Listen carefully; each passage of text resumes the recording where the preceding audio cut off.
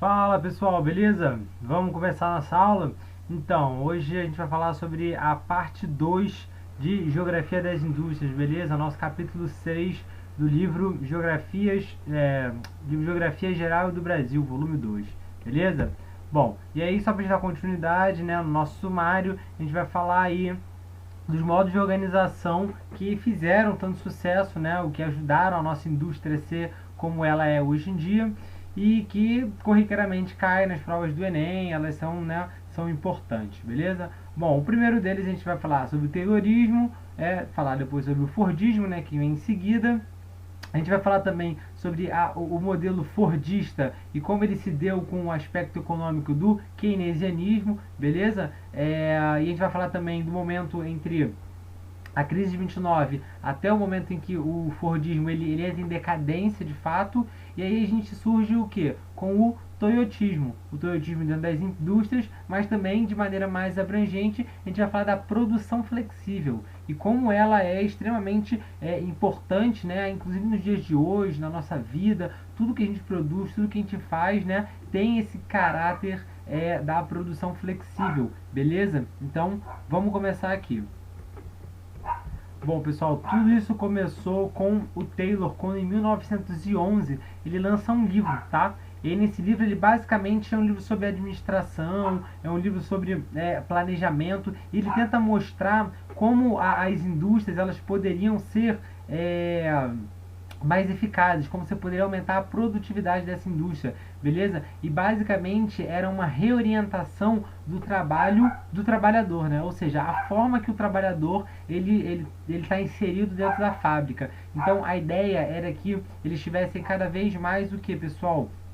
Tarefas que fossem hierarquizadas, né? Ou seja, uma tarefa que vem depois da outra, uma tarefa que vem em ordem de importância, em ordem cronológica. Ele queria que elas fossem ultra especializadas, ou seja, que o cara ele fizesse algo muito específico dentro da linha de produção e que ela fosse o que? Repetitiva, né? Então ela é muito especializada e muito repetitiva.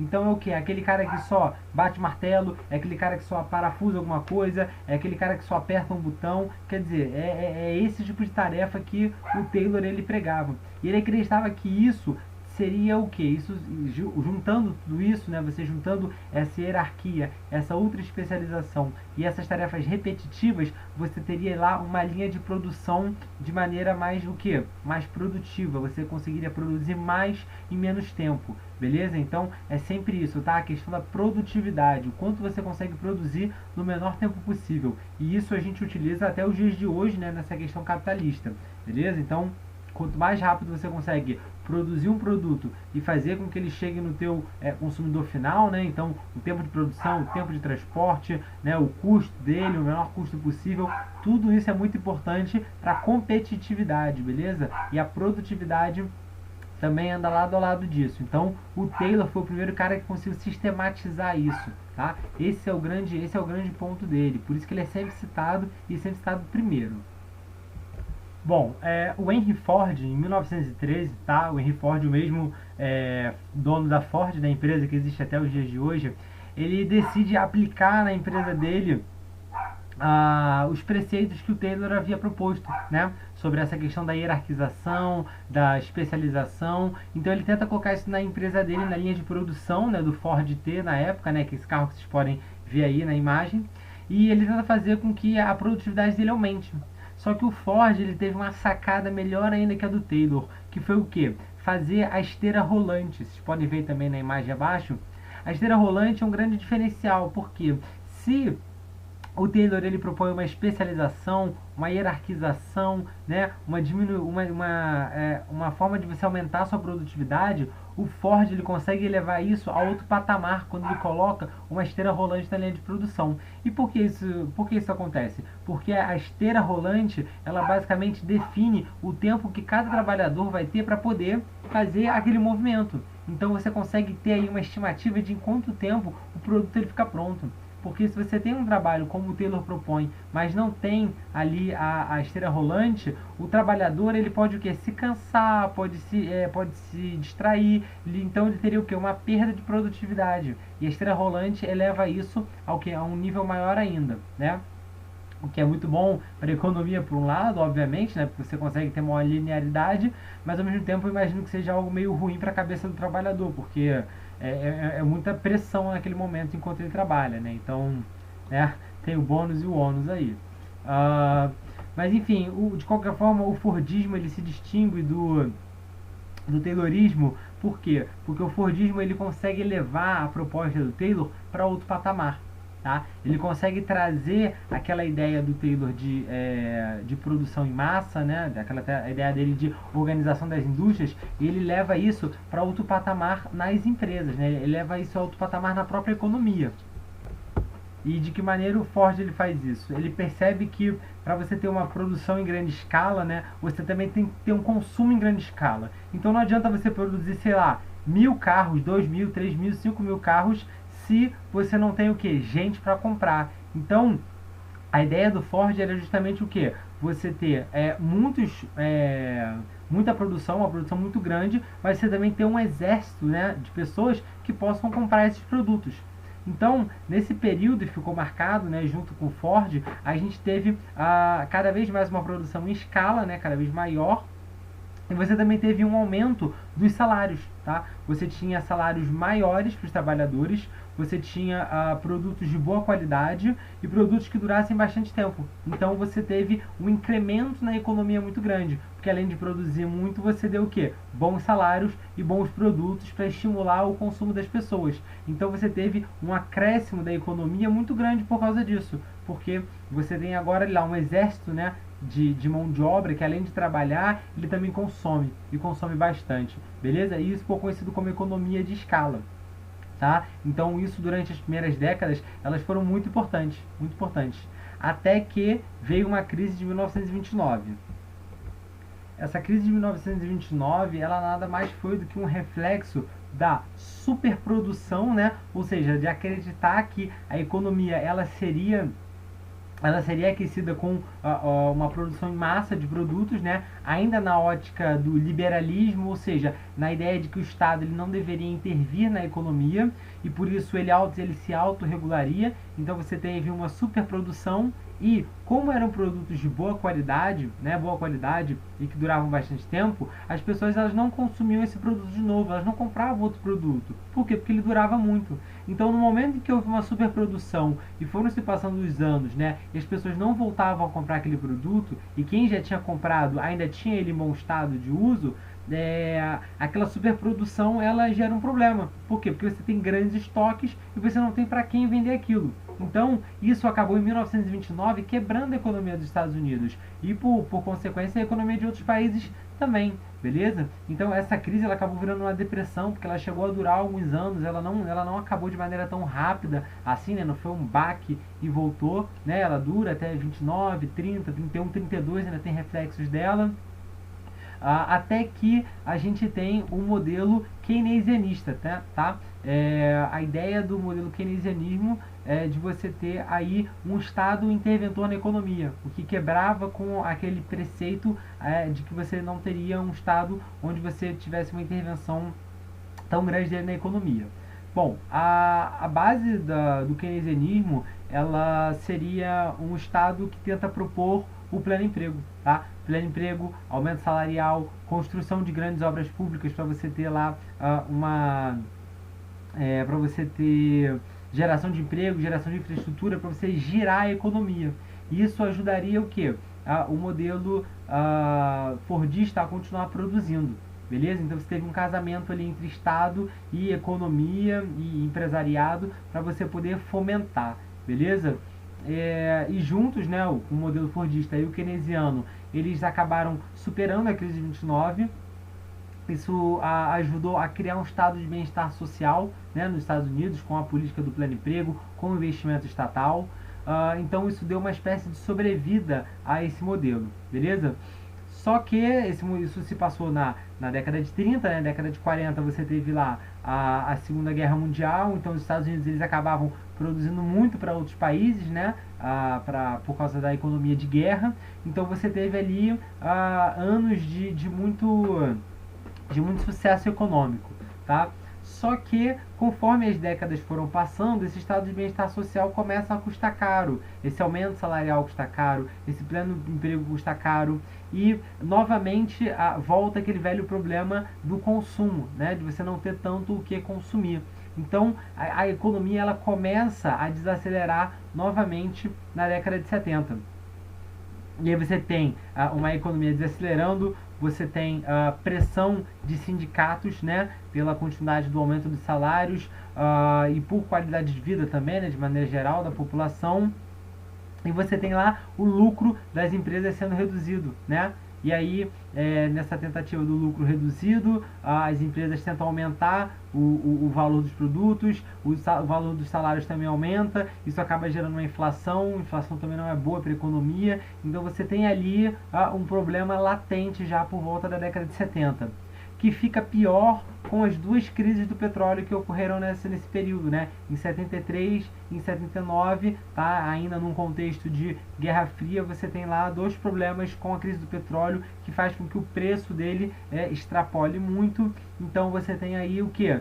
Novamente uma crise instalada, tá? E aí o modelo fordista e keynesiano, né, juntos, né, um lado a lado, eles começam a entrar em xeque. Você começa a ter uma dúvida se essa é a forma de fato de salvar a economia, beleza? Então é nesse momento que a gente tem aí uma passagem, né, para algo novo. Algo novo precisa ser colocado em cena para que acabe esse problema. Bom, e o que seria esse algo novo então? Seria o toyotismo e a produção flexível, tá? São duas coisas que elas acabaram vindo juntas, né, uma da outra para poder salvar a economia, né, não só dos Estados Unidos, mas uma economia no âmbito global, né, porque isso é algo que é feito até os dias de hoje em todo o mundo praticamente, beleza? Bom, qual era a ideia inicial? A ideia era uma introdução de máquinas e equipamentos tecnologicamente mais avançados, tá?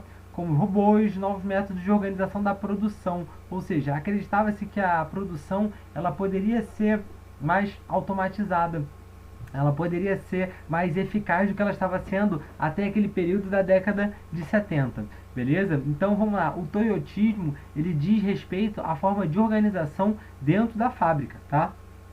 E ela se chama toyotismo porque ela nasceu justamente dentro da Toyota, lá na década de 40, né? Ela foi desenvolvida pelo Taiichi Ono, né, que ele acabou se aposentando depois como um vice-presidente da Toyota, então ele foi um funcionário de fato muito importante e ele conseguiu modernizar a produção fabril já naquela época ele conseguia fazer. Até isso se sistematizar e isso for passado para outros locais, isso acabou demorando, né? Na história as coisas elas acontecem de maneira mais ou menos devagar, ainda mais naquele período onde você não tinha a informação tão difundida quanto é hoje, mas no momento que isso apareceu foi muito importante porque mudou as relações de trabalho, né?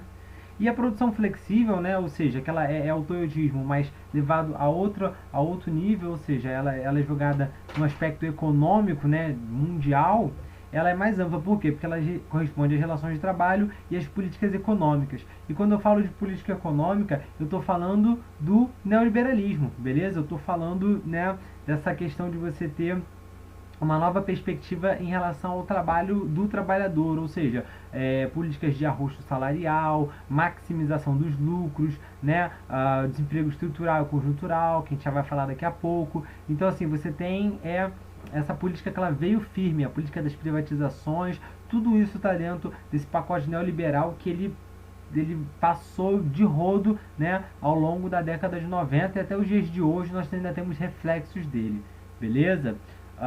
Bom, e o que buscava o toyotismo? O que buscava essa produção flexível? Uma busca incessante pela competitividade, tá? E aí o foco disso era você ter o quê? Você ter uma redução de custos e a implantação de novos processos produtivos. Só para vocês entenderem, isso aqui que a gente está falando é uma das bases da globalização também, tá? Fazendo uma janela com uma outra aula nossa, isso daí também é um pouco do que foi a globalização, a revolução dos transportes, a revolução das telecomunicações, tudo isso está fundado também nessa produção flexível, beleza? Bom, graças a isso a gente teve então uma mudança da economia de escala, né, que era a economia do Fordismo, para uma economia de escopo, tá? Que é uma economia que ela é mais enxuta, ou seja, você não tem mais ali a necessidade de grandes estoques, beleza? E aí você tem também uma produção mais acelerada, uma produção com mais robôs, uma produção mais dispersa no espaço, né, global. Então assim, você tem ali uma produção diferente da que nós tínhamos antes, tá?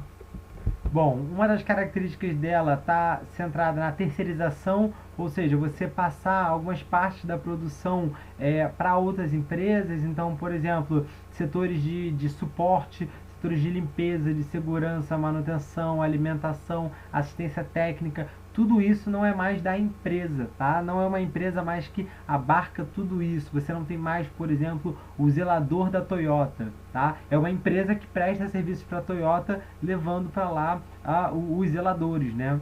E a mesma coisa para seguranças, para alimentação. Isso tudo ela acaba gerando uma precarização do trabalho, tá? Atualmente nós temos uma discussão bem grande sobre a questão da terceirização no mundo e como ela acaba ajudando a reduzir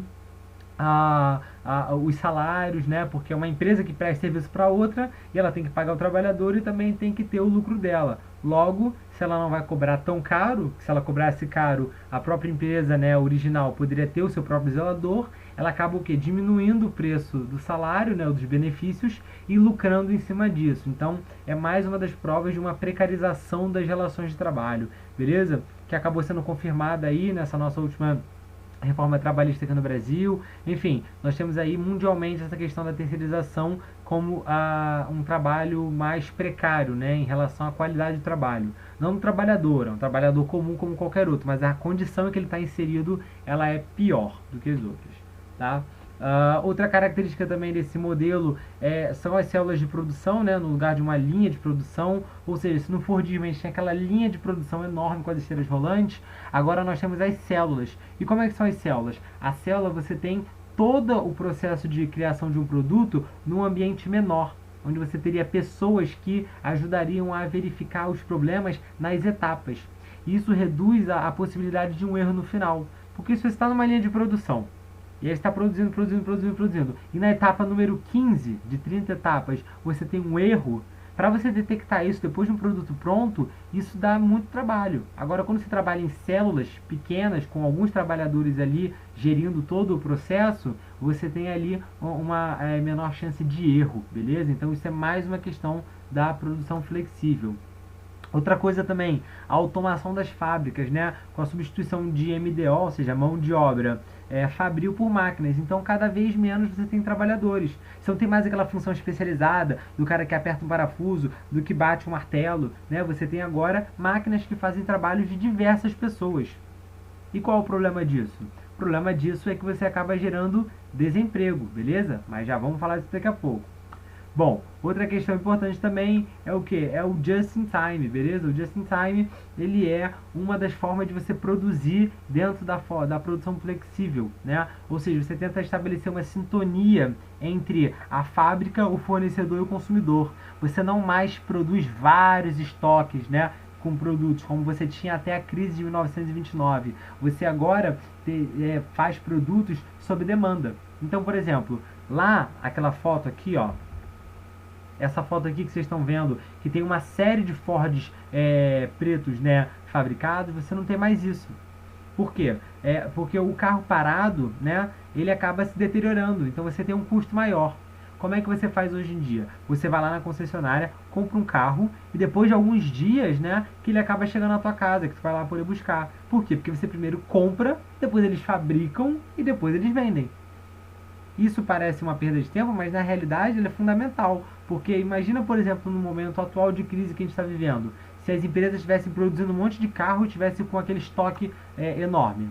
Isso seria péssimo para os negócios, né? Muitas empresas estariam quebrando. Então, você precisa aí ter uma nova logística para isso. O Just in Time é uma dessas formas, que ela ajuda a reduzir estoques, beleza?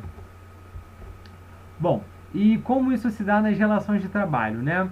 O trabalhador, né, como vocês podem ver aí nessa imagem, não temos vagas, né?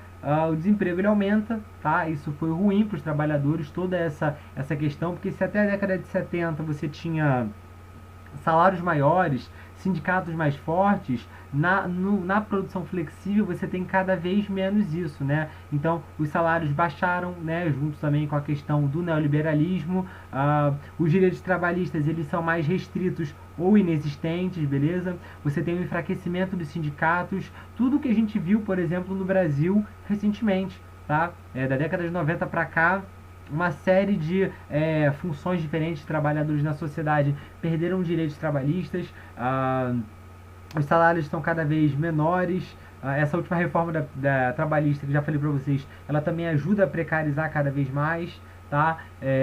Os sindicatos eles praticamente acabaram aqui no Brasil, né? Muito poucos sindicatos existem agora, graças à questão de não ser mais obrigatório, né, a contribuição para o sindicato. Então você tem aí um grande problema, beleza? Para o trabalhador. Bom, a competição de novas tecnologias e dos novos processos produtivos, ou seja, as novas formas de produzir as tecnologias substituíram o trabalhador fabril, né, por máquinas. Então, antes uma fábrica que tinha 1000 trabalhadores, agora ela funciona tranquilamente com 200, 300, tá? Você tem também, então, a ida desse trabalhador fabril para o comércio e serviços, beleza? Ele vai para outro setor da economia. Você também tem uma desconcentração da produção industrial. As novas tecnologias elas permitem com que você consiga não mais produzir somente em um local, então muitas coisas são mandadas para outros países e aí você acaba indo para países que são mais baratos, né?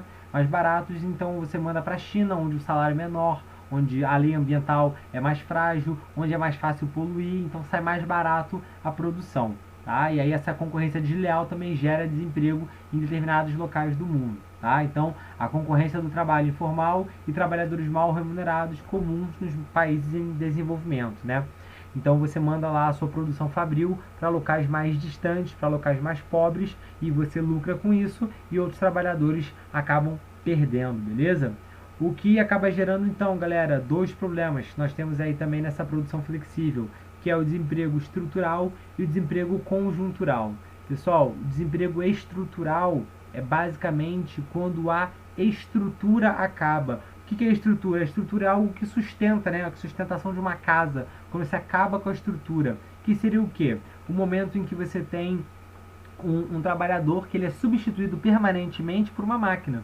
Quer um exemplo da realidade? Antigamente, quando a gente ia no supermercado, a gente pegava um papelzinho, né, para entrar no estacionamento com uma pessoa. Era uma pessoa que dava aquele papelzinho pra gente.